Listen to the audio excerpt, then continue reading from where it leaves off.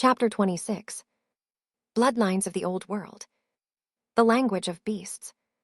As the sacred balance of Eden collapsed and Cain's lineage rose to dominance, the theft of land and bloodline was only the first act in a much deeper inversion. Power had to be not only seized, but disguised. In this liminal space between divine inheritance and synthetic illusion, we find a strange and ancient code: the beasts. Before words were law and flags claimed land, symbols told the truth. The lion, the serpent, the eagle, the dragon, these were more than animals. They were carriers of archetypal memory, woven into thrones and temples, myths and monarchies. They guarded not only kingdoms but cosmologies. This chapter explores how the theoretical Cainite empires rebranded spiritual symbols into imperial emblems, hijacking the language of the beasts to cloak their rule in the illusion of divine right. From ancient to modern heraldry, the animals of the Old World became both messengers of stolen authority and silent witnesses to a truth we've been taught to forget. Long before modern coats of arms and national emblems, temples and sacred sites across the world featured hybrid creatures, combinations of man, animal, god, and spirit. In India, figures such as Narasimha, the lion-headed avatar of Vishnu, guard the thresholds between realms. In Mesopotamia, the Lamashu stood as winged bulls with human heads, part protector, part divine enforcer. Egypt's Anubis, with the head of a jackal, presided over death and mummification, while the lion-bodied Sphinx guarded secret knowledge beneath the desert sands.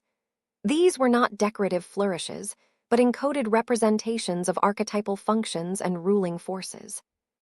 Over time, these figures migrated from sacred walls to political emblems. The lion, once a solar symbol of strength and divine right in Babylon, becomes the national emblem of England. The eagle, sacred to Zeus and Jupiter, spreads its wings across Rome, then the United States, Germany, and Russia. These are not accidental inheritances, but the deliberate continuation of a symbolic bloodline, a lineage of meaning and control masked behind the animal kingdom.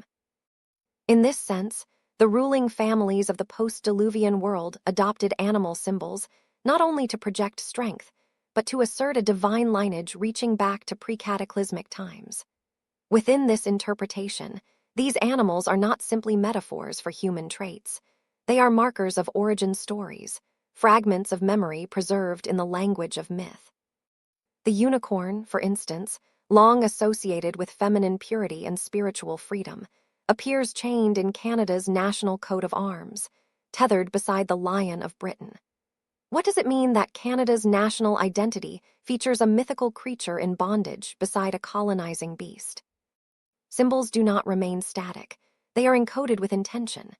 The beasts of heraldry represent archetypes of cosmic order twisted into emblems of imperial control. They once may have pointed to elemental truths: air, fire, water, earth, but have since been weaponized by dynastic bloodlines as tokens of legitimacy. As Jung suggested, symbols carry collective unconscious weight, functioning as access points into ancestral memory. In this light, the symbolic creatures we now passively accept as national emblems may carry the residue of ancient metaphysical systems, long buried under centuries of war, conquest, and propaganda. Even further back, in the stories passed down through folk tradition, mythological beings often reflect interactions with real, misunderstood, or marginalized others.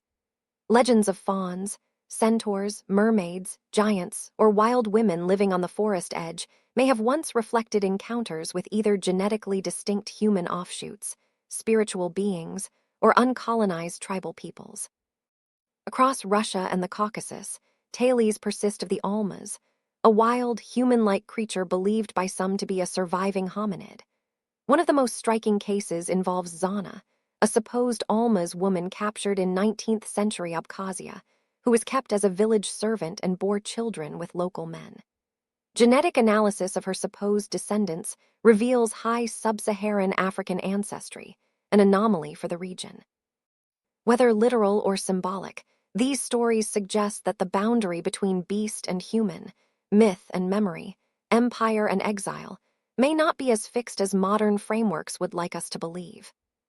Through this lens, The ancient beasts, real or symbolic, represent two simultaneous realities.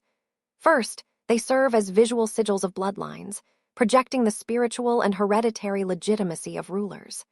Second, they act as archetypal keys, windows into the consciousness of a world more spiritually attuned to the interconnectedness between man, animal, spirit, and cosmos. When the ruling forces of history, whom we might name the Cain archetype, sought to sever humanity from this integrated worldview, they did so in part by transforming these living symbols into myth and metaphor. Dragons were slain, unicorns disappeared, hybrid beings were rendered grotesque or demonic, and the animals of ancient wisdom became chained mascots of corporate, colonial, and national interests. This symbolic colonization mirrors the spiritual and genetic one. Just as the ancient texts were buried and the feminine mysteries suppressed, so too were the beasts of power recoded and appropriated. The temples became cathedrals, the animal became logo, the myth became mascot. And yet, through the cracks in empire's mask, the old symbols still speak. Across the vast tapestry of human history, the notion of the chosen people has long been wielded as a marker of divine favor and spiritual authority.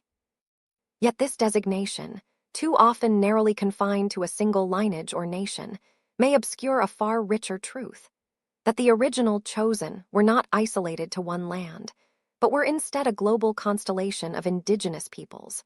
From the Solomonic bloodlines of Africa to the ancient sages of India, the ancestral nations of the Americas, and the enduring civilizations of the East. These peoples shared more than geography. They embodied a profound spiritual wisdom and sacred knowledge intimately connected to the rhythms of nature, the cosmos, and the very fabric of life itself. Their bloodlines, traditions, and symbols, encoded in myths, animals, and sacred architecture, served as living repositories of a universal consciousness and a cosmic order beyond mere mortal politics. Into this sacred network of life and lineage arose a counterforce, represented in this framework by the Cain archetype: dynasties and ruling families who sought to infiltrate, decimate, and suppress these indigenous keepers of knowledge.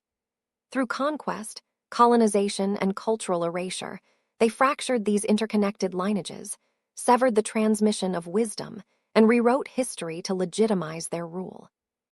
This process involved not only physical domination, but a symbolic war, one that reappropriated the sacred emblems of power, transformed living symbols of divine authority into folklore or demonized myth, and monopolized the magic of ancient knowledge to maintain control. The true origins of spiritual authority and cosmic connection were hidden, buried beneath layers of dogma, propaganda, and violence. Thus, the prevailing narrative of history and power is a carefully constructed illusion, one that masks the interconnected, sacred heritage of humanity's original, chosen peoples and perpetuates the dominance of those who control bloodline, narrative, and knowledge. To reclaim this heritage is to awaken a lost memory, that the power once wielded by a few was drawn from a vast web of ancestral wisdom, spiritual sovereignty, and elemental harmony. The restoration of this ancient sacred knowledge and the healing of fractured bloodlines stands as the profound task of our time, one that challenges the shadows of the Cain archetype and reclaims the divine legacy scattered across the continents and cultures of the world. The beasts still speak, but only to those who remember how to listen. The Cainite conquest was never just physical, it was symbolic, psychological, and spiritual. By chaining the lion, demonizing the serpent, slaying the dragon, and binding the unicorn, the rising empires of history rewrote the script of meaning itself. The great lie was not only in who ruled, but in why they ruled and under what signs. And yet, through ancestral memory, folk tales, buried bloodlines, and misfit myths, fragments of the original language remain. These symbols are more than mascots, they are portals, keys, maps back to a time when man, beast, and spirit moved in harmony, when power meant guardianship, not control. As we now step forward into the next chapter, we shift our gaze from ancient archetypes to modern illusions. The beasts have become logos. The myths have gone digital. The same symbolic warfare now flows through media, entertainment, and ritual we do not recognize. but the mechanics are the same, and the stakes perhaps even higher.